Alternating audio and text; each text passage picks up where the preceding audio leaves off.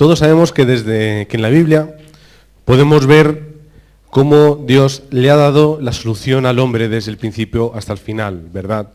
Vemos como la semilla del Evangelio nace en Génesis y al final acaba convirtiéndose en realidad en Cristo, ¿verdad? Y vemos también cómo Dios le da ese pacto al hombre y se lo da ya desde Génesis. Vemos que le da el pacto a Adán, por ejemplo, y desde el principio hasta el final de Génesis Dios escoge a personas en esa etapa patriarcal y llega al final a José. Y en José vemos que llega a ser gobernador de Egipto, ¿verdad? Y desde que José es gobernador pasan como, creo que eran unos 400 años, por ahí, hasta que tiene que llegar Moisés a volver a poner el Evangelio en Israel, ¿verdad? Y ahí ya vemos cómo llega la etapa de la conquista con Josué, la etapa de los jueces, cuando llega la monarquía, cuando al final el reino se divide en dos, etcétera, etcétera, hasta que al final el imperio babilónico pone en cautiverio al pueblo de Israel, ¿verdad? Y al final consiguen volver. Cuando hemos leído antes el versículo de Nehemías, es cuando el pueblo de Israel ha vuelto a sus casas, ha vuelto a su tierra, y ellos pudieron volver a comprender, a volver a coger el Evangelio y escucharlo. Después tenemos el periodo intertestamentario entre el Antiguo Testamento y el Nuevo Testamento, esa etapa de tiempo en la cual Israel había sido colonizada primero por los griegos y luego por los romanos, y en ese momento es cuando Cristo llega a la tierra y la palabra, es decir, el verbo, se hace carne. Todos lo sabemos, ¿verdad? Pero ¿qué ha ocurrido desde ese momento hasta el año más o menos 1500? Vamos para redondear. ¿Qué es lo que ha ocurrido con la Iglesia? ¿Qué es lo que ha ocurrido con el Evangelio en todo ese tiempo? 1500 años de historia donde el Evangelio, donde la Iglesia, donde todas las personas que componían la cristiandad empezaron a caer, perdieron la esencia del Evangelio. Y como perdieron la esencia del Evangelio, tuvieron que rellenar con otros aspectos, ¿verdad? Pero ¿qué es lo que ocurre en el año 1517? Un 31 de octubre, que quedan 2 semanas para que llegue más o menos ese día. Pero ¿qué ocurre un 1517, 31 de octubre? ¿Qué es lo que ocurre? La reforma, ¿verdad? Lutero comienza, de alguna forma, esa reforma, calvando las 95 tesis en la Catedral de Wittenberg, ¿verdad? Lutero de joven, él empezó a estudiar para ser abogado, él empezó a estudiar la ley, pero una vez que iba caminando, hubo una tormenta muy fuerte. Y en esa tormenta muy fuerte, él hizo una promesa, dijo: Dios, si tú me sacas de esta, yo voy a dedicar mi vida a ti. Al final, él no tuvo ningún problema, salió ileso y cumplió con la promesa que él había tenido. ¿Cuántas veces no nos ha pasado a nosotros esto, de verdad? Cuando estamos en medio de un problema, decir: ay, si tú me sacas de esta, yo voy a... ay, si tú solucionas esto, yo voy a... Siempre, ¿verdad? Hacemos esa promesa, ¿verdad? Y Lutero, pues al final la cumplió. Se hizo un monje y estuvo viviendo así durante muchos años. Llegó a ser una persona muy inteligente, llegó a entender muy bien la teología, profesor, catedrático en Wittenberg. Y él, un verano, cuando tenía que prepararse las clases de verano, porque también estudiaban en verano, sobre los salmos, llegó al Salmo 31. Voy a leerlo. Llegó al Salmo 31 y vio algo que a él le desconcertó un poco. Una frase, una palabra, Salmo 31, versículo 1. Dice: en ti, oh Jehová, he confiado, no sea yo confundido jamás, líbrame en tu justicia. Y él dijo: líbrame en tu justicia. Y empezó a pensar sobre la palabra justicia. ¿Qué significa justicia? O cómo yo me hago justo delante de Dios. Recordamos que en aquella época los justos eran los que hacían buenas obras, los que seguían los sacramentos, los que compraban indulgencias.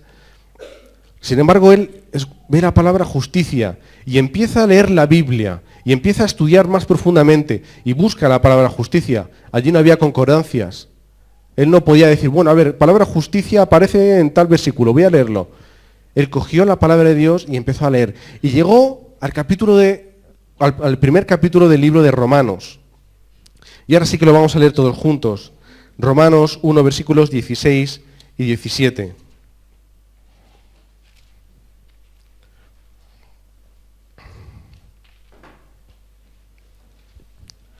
Romanos, capítulo 1, versículos 16 y 17. Vamos a leerlo todos juntos, a una voz. Y dice así. Porque es poder de Dios para salvación a todo aquel que cree, al judío primeramente y también al griego. Porque el Evangelio, la justicia de Dios, se revela por fe y para fe. Como está escrito, mas el justo por la fe vivirá. Vamos a repetir esa última frase. Mas el justo por la fe vivirá. Lutero comenzó a estudiar acerca de esto, comenzó a leer más y más. Y llegó a darse cuenta de que no había comprendido el Evangelio hasta ese mismo momento.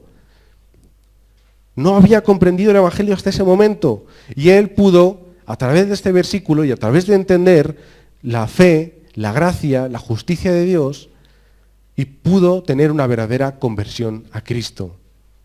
Un monje, una persona que había estudiado durante años, una persona que enseñaba teología en la universidad y no había tenido una verdadera conversión. Calvino igual, Calvino era una persona estudiosa, era un monje. ¿Y qué pasó? Tuvo una verdadera conversión a Cristo.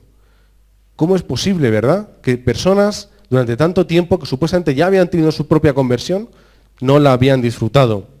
Lutero, ya vemos que en este momento comenzó una nueva etapa en su vida en la que él intentó reformar la Iglesia, intentó hacer ver este tipo de aspectos bíblicos. Y en la Reforma vemos que hay 5 pilares principales. Vamos a ver esos pilares. El primero es la Biblia. ¿Cuánto tuvo que luchar Lutero para que la Biblia fuese la primera autoridad en nuestra vida, verdad? En aquel tiempo la Biblia estaba igual o un poquito menor que la tradición, es decir, que los concilios, lo que había dicho las encíclicas papales y también que el magisterio, es decir, lo que los doctores de la Iglesia decían. No podía nadie leer la Biblia si no era con las anotaciones del magistrado. Es decir, ellos te decían qué es lo que tú tenías que entender de la Biblia.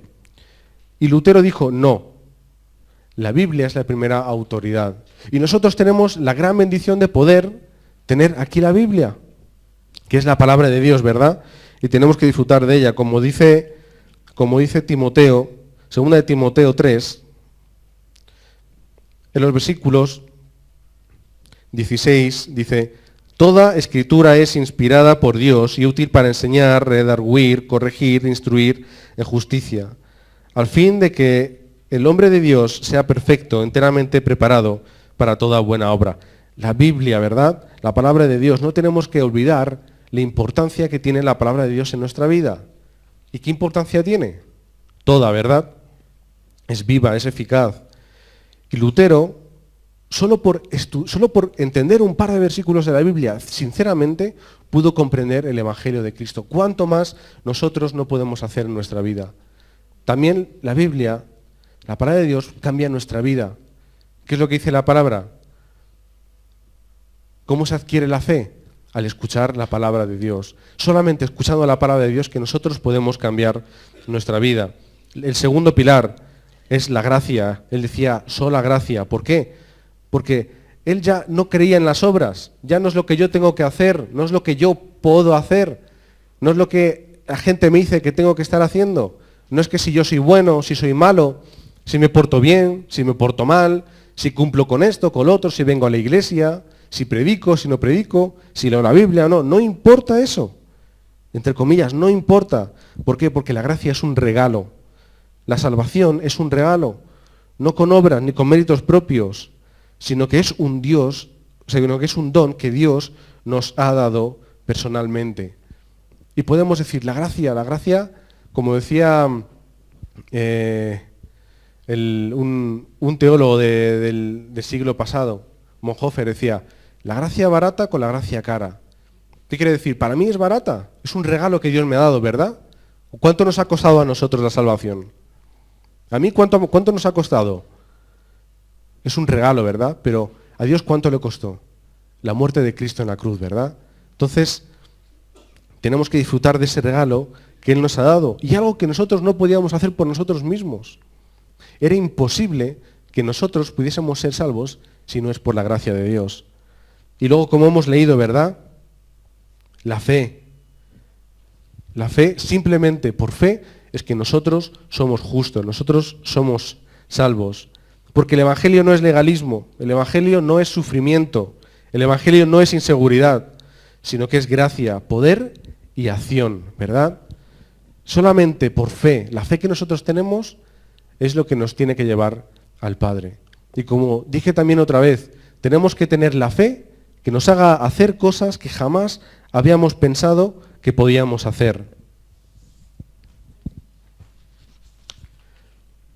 Como ese pequeño grano de mostaza, ¿verdad?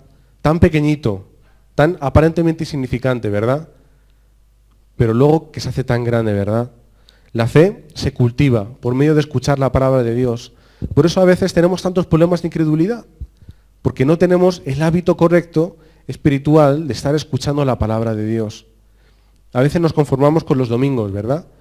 Venimos, escuchamos, rellenamos un poquito de pila y luego durante la semana, depende cómo vayamos, nos aguanta un poco o no, ¿verdad? Hoy en día con los teléfonos móviles, las baterías a veces duran poco. ¿Y qué es lo que pasa? Que a mitad de día, si lo usas mucho, te quedas sin batería. ¿Y qué haces? Una persona ya sin móvil se muere, ¿verdad? Se muere. A mí me ha pasado una vez de quedarme sin batería en medio de día y decir, ¿y ahora yo qué hago con mi vida? ¿Y ahora yo qué hago, verdad? Espiritualmente es igual. Si no estamos teniendo un hábito espiritual constante durante la semana, no vamos a poder cargar esas pilas espirituales. Nuestra fe va a menguar y enseguida que venga una situación en nuestra vida, vamos a caer, nos vamos a asustar, vamos a sufrir, vamos a llorar, ¿verdad? Que podamos tener esa gran fe. El cuarto pilar es solo Cristo. ¡Wow! En aquel tiempo, la labor de Cristo como mediador entre el Padre y nosotros, pues bueno, pues la Iglesia Católica pues también veía a María, también veía a los santos y sobre todo al Papa, ¿verdad? Que era el representante de Cristo en la tierra, tenía sus funciones y tenía sus poderes, ¿verdad? Sin embargo, Lutero no ve eso. Pudo decir una sola frase, solo Cristo, ¿verdad? ¿Por qué? Porque solo Cristo es quien nos ha sacado de la muerte, del problema del pecado, de estar bajo la influencia de Satanás, ¿verdad? Solo a través de Cristo es que tenemos esta gran bendición. ¿Qué dice Mateo 16:16? Tú eres el Cristo, el Hijo del Dios viviente. Lo hablábamos en el culto infantil la semana pasada, cuando Cristo les pregunta, ¿quién dice la gente que soy yo? Decía, bueno, pues Isaías, Jeremías, uno de los profetas. Y yo pregunto, ¿no? ¿Por qué la gente seguía a Cristo en aquel tiempo? Porque hacía milagros, porque daba de comer a la gente, porque, por ejemplo, sanaba, porque era inteligente, era sabio, y la gente cuando le escuchaba decía, guau, esta persona tiene mucha autoridad con la forma que habla. Y mucha gente le seguía por eso. Pero, sin embargo, ellos pudieron entender, no, tú eres el Cristo, el Hijo del Dios viviente. Sin embargo, a veces tenemos a Cristo como una figura muy lejana, ¿no? Como, sí, bueno, el Cristo del Nuevo Testamento, ¿no? Pero a veces nos olvidamos que el Cristo del Nuevo Testamento también es mi Cristo hoy. No tenemos que olvidar que Cristo es mi Cristo, que podamos confesarlo todos los días, mi Cristo. Y luego el quinto gran pilar de la Reforma es solo a Dios la gloria. Solo a Dios la gloria. Nada de lo que somos, nada de lo que hacemos es por nuestra propia gloria. Dios fue quien tomó la iniciativa para salvarnos y Él lo hizo todo. Solo esperaba una respuesta por nuestra parte, solo una pequeña respuesta. No a la gloria a los hombres ni a nosotros mismos, porque no somos merecedores de nada de lo que hacemos, ni de nada de lo que Dios ha hecho en nuestra vida, ¿verdad? Por eso es que podemos decir gloria a Dios. Y esto además rompía con el modelo eclesial romano, por el cual el Papa se merecía toda la gloria de todos los hombres. Todos tenían que postrarse ante él, ¿verdad? Sin embargo, Lutero y los reformadores quitan esa imagen y dicen, no, solo la gloria es para Dios, ¿verdad? Ni para mí, ni para la persona que tengo al lado, solo a Dios. Por eso que tenemos que desechar todo el humanismo que tenemos en la Iglesia. El yo tengo que hacerlo, el yo quiero esto, el yo pienso que es mejor hacer esto, o mi pensamiento, o mis deseos, mis ganas, todo. Intentar a veces lo que hacemos es ponernos a nosotros en el lugar que le procede a Dios, en el lugar en mi vida que tiene que ser para Dios. Y a veces nos ponemos nosotros ahí, porque es mi vida, es mi trabajo, es mi familia, eso es lo que yo quiero hacer, lo que tengo que hacer, es como algo mío, ¿verdad? Y luego después a Dios le dejo una pequeña habitación, ¿no?, en mi vida. Sin embargo, tenemos que entender que todo lo que tenemos, como la vida, el trabajo, la familia, etcétera, le pertenece a Dios, porque Dios así me lo ha querido dar, ¿verdad? Y aquí en este momento tenemos que pensar en cuál es la finalidad para nuestra vida. ¿Cuál es la finalidad para mi vida? El ser humano es un ser egoísta, yo siempre lo he dicho, todas las personas son egoístas. Algunas más, algunas menos, algunas se le ve de una forma más evidente y algunas pues una forma más escondida. ¿Por qué? Porque lo vemos todo desde nuestro propio prisma, desde nuestra propia imagen, ¿verdad? Lo vemos todo y aunque no lo queramos nos hacemos protagonistas de todo lo que sucede. Todo gira alrededor de mí, entonces yo me hago también una persona egocéntrica en ese sentido. Buscamos siempre nuestro propio beneficio, de alguna forma u otra, ¿verdad? Y como siempre nuestro pensamiento es el acertado y el de la otra persona es el erróneo y el que tiene que cambiar, ¿verdad? Porque como yo soy el protagonista de mi vida, entonces yo soy la persona que está en lo acertado. Y esto es un gran problema, ¿verdad? Porque a veces dirigimos nuestra vida por donde queremos y no por donde Dios nos dice y quiere que estemos guiando nuestra vida. A veces hacemos cosas que las hacemos por nuestra propia iniciativa y no realmente buscando cuál es el plan de Dios para toda situación y toda labor que estamos realizando, ¿verdad? Y desde aquí pregunto, ¿cuál es el mayor problema del ser humano? ¿Cuál es el mayor problema? ¿Quién me puede decir el mayor problema del ser humano? Ahora mismo, por ejemplo, de los creyentes en la iglesia. ¿Cuál es el mayor problema del creyente en la iglesia? Nadie se atreve. Yo creo que el mayor problema de todo creyente en las iglesias es nuestro estado espiritual. Es nuestro estado espiritual. Hay gente que a lo mejor puede decir, pues la economía, porque la iglesia está mal, a veces el mundo, la iglesia cada vez se seculariza más, el mundo nos gana terreno. Bueno, pues a lo mejor no hay grandes líderes que puedan llevar, o tantas cosas que se pueden decir, ¿verdad? Pero todo eso no importa. ¿Qué es lo que importa? Nuestro estado espiritual. No lo fortalecemos, no lo fomentamos. ¿Y cómo se fomenta nuestro estado espiritual? A través de hábitos espirituales. Y hemos predicado muchísimas veces haciendo énfasis en la palabra, en la oración y el evangelismo. ¿Qué es lo que pasa? Que nos cuesta mucho seguir esos 3 hábitos en nuestra vida. Nos cuesta mucho coger la palabra para nosotros, estar escuchándola durante la semana, repasarla. ¿Qué es lo que Dios me ha dicho? ¿Qué es lo que Dios me ha dicho? Vale, pues me ha dicho que esto, yo tengo que cambiar esto en mi vida, pues voy a orar. Y entrar en periodo de oración. Y orar porque es lo que Dios me ha dicho, y como Dios me ha dicho algo, es una promesa que va a cumplir en mi vida. Y yo voy a orar por eso. Y yo necesito cambiar X cosas en mi vida, vamos a entrar en oración. O yo veo tal problema, vamos a orar.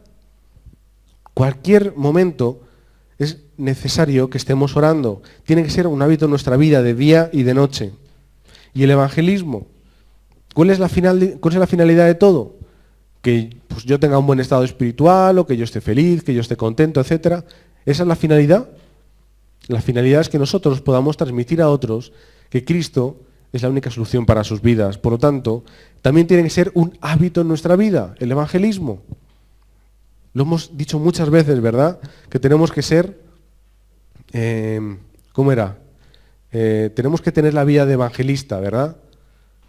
Una vida que gira en torno y que va hacia el evangelismo. Pero cuesta mucho, es muy difícil, tenemos muchas barreras, tenemos muchos prejuicios, tenemos heridas, ¿verdad? Y no queremos evangelizar, pero es algo que tenemos que hacer sí o sí. Por ejemplo, podemos ver muchos especialistas espirituales en la Biblia, ¿verdad? Por ejemplo, José. José no desmayó a pesar de las circunstancias que le rodeaban, a pesar del odio de su hermano, de sus hermanos, de ponerle como esclavo, de haber sido vendido a Potifar, de haber tenido el problema con la mujer de Potifar, llevado a la cárcel durante años, y al final, ¿qué es lo que en cada uno de esos momentos dice la Biblia? Y Dios estaba con José. Y José no estaba triste, José no se mostraba llorando, José no pedía ayuda a la gente. José simplemente en su relación de Manuel tenía toda la respuesta y todo lo que él necesitaba en cada una de esas circunstancias. Moisés fue una gran persona espiritualmente hablando. Él pudo tener la fortaleza espiritual para coger al pueblo de Egipto, sacarlo y llevarlo durante 40 años en el desierto. También Samuel, que fue desde pequeñito entregado a sacerdote para que fuese criado dentro del Evangelio, por así decirlo, ¿verdad? Y desde que era pequeñito él se convirtió en un especialista espiritual. Ya no solo por tener los hábitos, ¿verdad? Era un verdadero especialista espiritual. Recordemos que era juez, que era profeta, que era sacerdote, ¿verdad? Y pudo guiar al pueblo a la restauración espiritual que ocurrió en Mizpa, ¿verdad? Y finalmente en el Nuevo Testamento tenemos a Pablo. ¿Qué es lo que pasaba con los problemas de Pablo? Que Pablo entendió que tenía que coger a Cristo antes, durante y después el problema. Y si nosotros cogemos a Cristo, o cogemos el Evangelio antes, mientras y después del problema, es que los problemas no existen, ¿verdad? Y él sí tuvo problemas. Él seguramente sería repudiado por su familia, fue amenazado de muerte, le intentarían matar, estuvieron cerca muchas veces de matarle, y él lo tomó todo como un problema. No, porque cogió el Evangelio antes de que eso le pudiese afectar. Él pudo dar su vida por Cristo.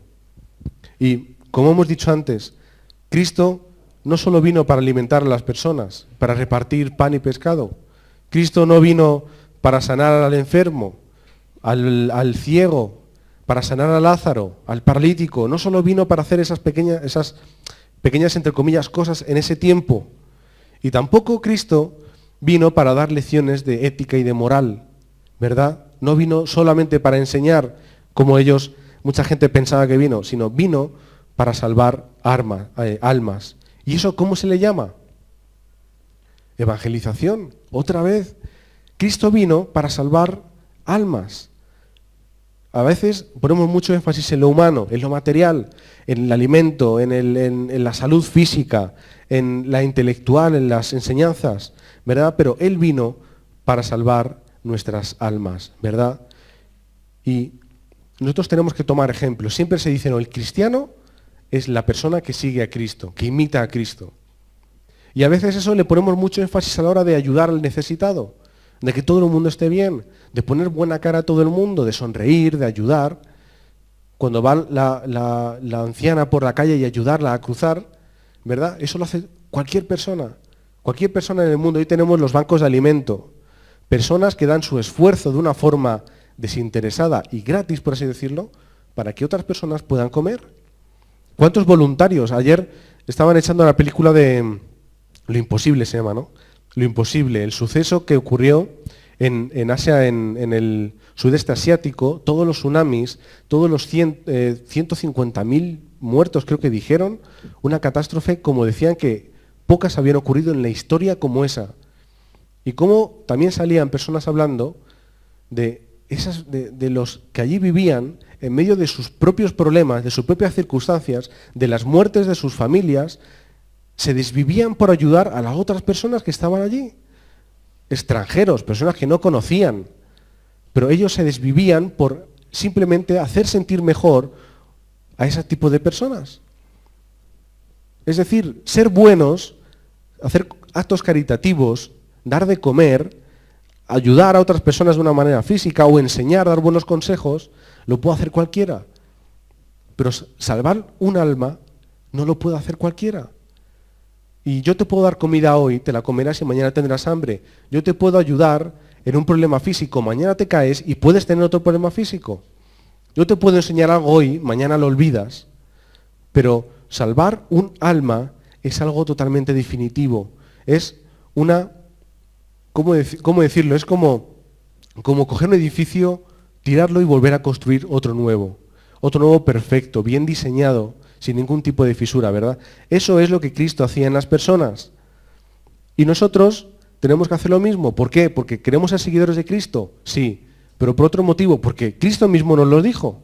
Nos dijo, id y haced discípulos a todas las naciones. Las últimas palabras de Cristo fueron esas, ¿verdad? O también vemos en Hechos 1:8, ¿no? Cuando nos mandó a ser testigos.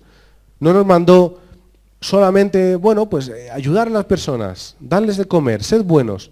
Nos dijo, id y haced discípulos, predicar el Evangelio que yo os he dado, ¿verdad? Eso es lo que Cristo quería que hiciésemos en toda nuestra vida.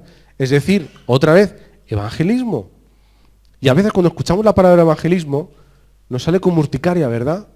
Porque, es que tengo que hablar, o tengo que hacer, es que me cuesta, ¿verdad? O, madre mía, otra vez estamos hablando del evangelismo. Si es que lo decimos muchas veces, pero pues tenemos que hacerlo una y otra vez hasta que lo podamos conseguir. Y hasta que el evangelismo en nuestra vida sea algo natural. Y ya no natural de que lo hagamos de una forma automática, sino que podamos disfrutar del evangelismo, puesto que es una gran bendición que Dios nos ha dado, que es hablar de Él a todas las personas y poder continuar con la labor que Él hizo, que fue la de salvar almas. Tan sencillo como eso, ¿verdad? Por eso, para poder hacer discípulos, para poder ser testigo, tengo que ser un especialista espiritual. Si yo no soy ese especialista espiritual, si yo no fomento mis hábitos espirituales, si yo no cambio mi naturaleza, si yo no cambio mi raíz, yo no voy a poder hacer nada en la vida. Seguiré viviendo según mi forma, mi estilo, mis ganas, mi apetencia, y no voy a estar siguiendo el plan de Dios, ¿verdad? Tenemos que dar nuestra vida. Tenemos que tomar el ejemplo de Pablo, ¿verdad? Él de estar persiguiendo a la iglesia, tuvo la conversión en Cristo y desde ese mismo momento cambió toda su vida. Dijo, yo voy a dar mi vida 100% para Cristo. Voy a dar mi vida para Cristo. Hemos leído al principio Nehemías, el capítulo 8 de Nehemías, ¿verdad? Y lo voy a leer un momentito porque hay algo muy, muy importante. Si queréis lo podéis buscar también conmigo para poder leerlo. Vamos a leerlo todos juntos. Nehemías, capítulo 8, versículo 9.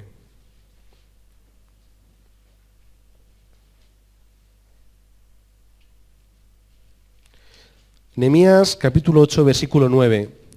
Vamos a leerlo todos juntos. Dice, y Nehemías, el gobernador, y el sacerdote Esdras, escriba, y los levitas que hacían entender al pueblo, dijeron a todo el pueblo, día santo es a Jehová nuestro Dios, no os entristezcáis, no lloréis, porque todo el pueblo lloraba oyendo las palabras de la ley. ¿Por qué la gente lloraba? ¿Por qué la gente escuchaba la ley, escuchaba las palabras? ¿Y por qué lloraba? ¿Cuál es el motivo? ¿Qué es lo que les hacía llorar? El problema es que ellos vivieron muchos años sin la ley, sin poder leerla, sin poder escucharla, sin poder practicarla debidamente. Y el momento en el que ellos pusieron la ley, pusieron la palabra de Dios delante de su cara y se miraron en el espejo, dijeron, ¿cómo hemos estado viviendo así durante todo este tiempo? Y ellos, al ver todo lo que Dios había hecho, todo lo que Dios tenía para ellos y la vida que Dios quería que ellos viviesen, y se reflejaron en sus propias vidas, no pudieron hacer otra cosa que llorar, ¿verdad? Pues se habían dado cuenta de su realidad, de cómo ellos estaban viviendo, de sus pensamientos, de su forma de actuar y de cómo ellos estaban guiando su vida. Y eso a nosotros no nos pasa hoy, ¿verdad? Cogemos la Biblia, la ponemos delante y nos da igual, ¿verdad? Y leemos y bueno, pues sí, pero tenemos realmente que parar un momento en nuestra vida, empezar a pensar en cómo yo estoy viviendo mi vida, o para qué estoy yo viviendo mi vida, y decir qué es lo que Dios quiere para mí en la Biblia. Y lo hemos visto, ¿verdad? ¿Qué es lo que Cristo quería para mí? para mi vida. Y vamos a pensar, ¿yo realmente lo estoy cumpliendo? ¿Yo realmente para qué estoy viviendo mi vida? ¿Lo estoy haciendo bien? ¿Lo estoy haciendo mal? ¿Estoy atinando? ¿No estoy atinando? Y realmente decir, yo necesito enraizar 100% el Evangelio. ¿Por qué? Porque no estoy viviendo 100% como yo creo que tendría que estar viviendo. Y no estoy hablando de buenas obras, no estoy hablando de ser buenos, de hacer unas cosas u otras. Estoy hablando de enraizar y dar mi vida por el Evangelio. En la medida de que yo pueda, poco a poco, tampoco tenemos que frustrarnos y sentirnos mal. Pero hay una cosa que tenemos que hacer, y una palabra que a mí me gusta mucho y la uso mucho, y es la palabra determinación.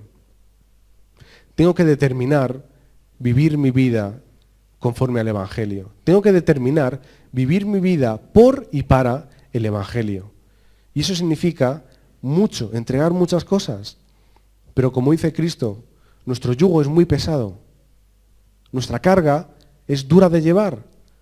Pero sin embargo, cuando llevamos la carga de Cristo es fácil. Es fácil, ¿verdad? Eso es lo que tenemos que hacer, ¿verdad? Si nosotros no tenemos una vida espiritual profunda, continua, siguiendo esos hábitos espirituales, si no estamos buscando ser esos especialistas espirituales, no vamos a tener fuerza. No tendremos fuerza, no entenderemos por qué tenemos que venir, por ejemplo, al culto. Y venir al culto, a la iglesia, va a ser un esfuerzo. Ay, tengo que ir, sí, es verdad, yo tengo que ir, no puedo quedarme durmiendo en la cama. O, es que hay tal cosa y me han invitado y me gustaría tal. Y a veces es cierto que tenemos compromisos ineludibles y hay situaciones como enfermedades, como por ejemplo al pastor le pasa hoy, que le impiden venir a dar culto, ¿verdad?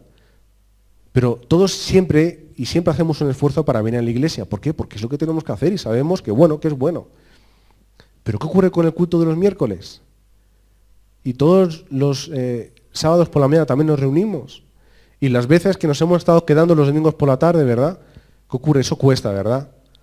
Eso cuesta. Y ya el esfuerzo pues no merece tanto la pena, ¿verdad? Preferimos hacer otras cosas al estar haciendo eso. Pero tenemos que entender que si yo no me estoy llenando del Espíritu Santo, si yo no estoy recargando esas pilas, si yo no estoy cogiendo el mensaje y la palabra de Dios durante toda la semana, yo no voy a poder vivir. Es decir, yo moriré durante la semana, iré muriendo espiritualmente hasta que otra vez venga el domingo y pueda coger un poquito, ponerme recto y sacar pecho, ¿verdad? Los cultos entre la semana están para eso. Es decir, al pastor no se le paga más por hacer más cultos durante la semana. No tiene que ver nada con eso. No es por rellenar un currículum. No es simplemente por hacer actividades y entretener a los feligreses. No es eso. Es porque necesitamos escuchar la palabra de Dios todos los días. Y como no vamos a poner un culto todos los días, aunque deberíamos, eso lo dejamos para que todas las personas lo hagan en casa, porque lo hacemos, ¿verdad? Casi, casi. Tenemos que coger varios días para poner un culto y para poder estar juntos en unidad y haciendo culto a Dios. Y poder escuchar su palabra, coger otra vez pilas para durante todos los días estar disfrutando del plan de Dios y poder estar en la evangelización. ¿Qué es lo que ocurre? Que si yo no estoy durante la semana en ese hábito espiritual, en esa conexión, si yo no estoy disfrutando del Evangelio, enraizando todos los días, ¿qué pasa? Pues que yo me descentro y vivo mi vida conforme el mundo quiere o conforme yo quiero, ¿verdad? Por eso es tan importante intentar venir a los cultos, porque aunque sea pesado, aunque cueste, aunque tengamos, es verdad, a veces tenemos cosas que hacer, antes o después, etcétera, pero simplemente haciendo eso nuestra vida espiritual va a cambiar. Tenemos que dar nuestra vida por el Evangelio y empieza por esas pequeñas cosas, ¿verdad? Hay un aspecto que a mí me interesa mucho y que siempre hablo de Josué. Cuando Josué, vemos en el primer capítulo del libro de Josué, cuando Dios le dice esfuérzate y sé valiente, ¿por qué se lo dice? Utilicemos el sentido común, no hace falta ser un gran exégeta de la palabra de Dios. ¿Por qué le dice Dios a Josué esfuérzate y sé valiente? ¿Por qué? Porque él iba a pasar por dificultades, por sufrimientos, por luchas. ¿Y cuándo se lo dice? Antes. Josué, esfuérzate y sé valiente, y aquí entre comillas ya introducimos, porque va a haber problemas, va a haber situaciones, lo vas a pasar mal, porque no va a ser fácil lo que va a venir. ¿Y qué es lo que nos dice Pablo también? Que nos tenemos que esforzar en la gracia. ¿Y por qué? Porque él sabía que a los creyentes le iban a venir problemas, le iban a venir situaciones, iba a haber momentos en los que lo iban a pasar mal. Pero Dios, ¿qué hace? Antes de todo eso, ya le da la respuesta.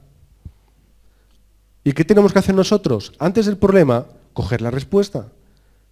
¿Qué es lo que pasa? Que siempre cogemos la respuesta en mitad del problema. Ay, estoy en una mala situación, un problema. Ahora sí, venga, me voy a poner a orar. Y Dios, te pido, y como Lutero, ay, pues yo te prometo que ahora, si tú me sacas del problema, voy a hacer tal. Y lo que hacemos es sobrevivir al problema, ¿verdad? Sobrevivimos. Dios nos rescata del problema, ¿verdad? Entra al agua y nos saca como diciendo, a ver, otra vez te ha pasado, venga. Pero ¿qué es lo que pasa? Si nosotros estamos teniendo nuestra vida espiritual o nuestro estado espiritual es el correcto, lo estamos fomentando, cuando lleguen los problemas, yo ya estaré cogiendo la respuesta antes.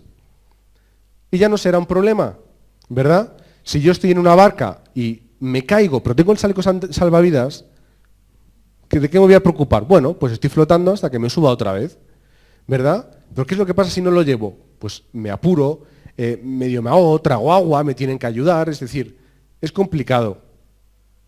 Pero si nosotros estamos teniendo esa verdadera vida espiritual, vida correcta, estamos fomentando nuestra vida espiritual durante todos los días, cuando lleguen los problemas, no serán problemas, sino que nosotros podremos ver el plan de Dios y pasaremos el problema como cual pasa una ola por encima.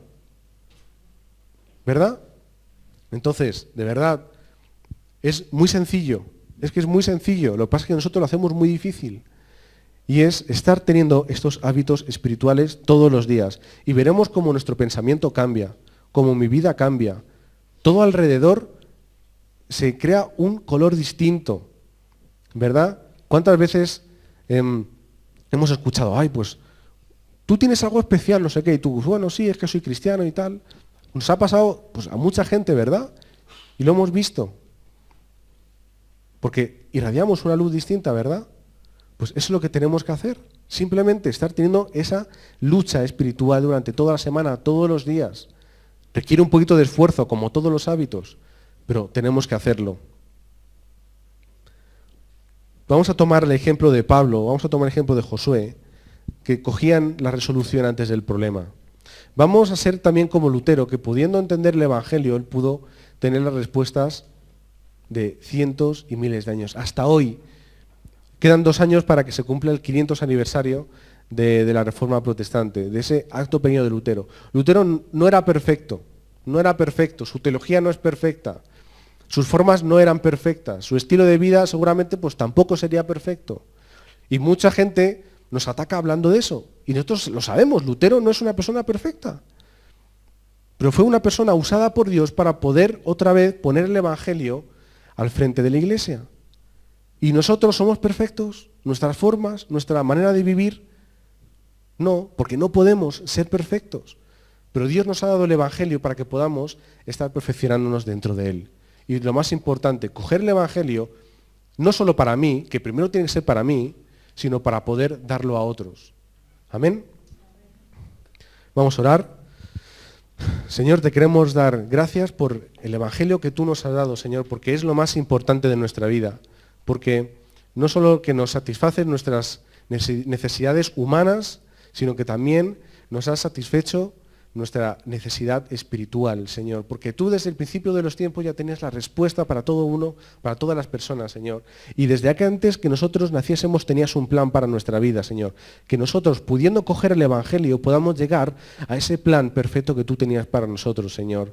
Que no nos engañe Satanás diciéndonos que tenemos que vivir nuestra propia vida, a nuestra forma y a nuestro interés, sino que podamos entender que tenemos que seguir el plan de Dios a través de nuestra vida y que podamos vivir por y para el Evangelio, Señor. Que podamos enraizar durante la semana y poder hacer crecer nuestro nivel espiritual para que cuando lleguen problemas, lleguen situaciones, poder saber cómo pasar por encima de ellos y sobre todo, lo más importante, poder transmitir esto a otras personas. Que no seamos personas y no seamos creyentes, que no seamos meramente calientabancos, Señor, sino que podamos ser personas que con el Evangelio salgan al campo y testifiquen de que tú eres el Cristo, el Hijo del Dios viviente, Señor. Que podamos ser como Pablo, que cogió, Señor, el testigo de transmitir a todas las personas que tú eres el Cristo, el Hijo del Dios viviente, Señor. Que podamos tener esa confesión de fe en nuestra vida y también la podamos tener hacia los otros, Señor. Oramos en nombre de Cristo Jesús. Amén.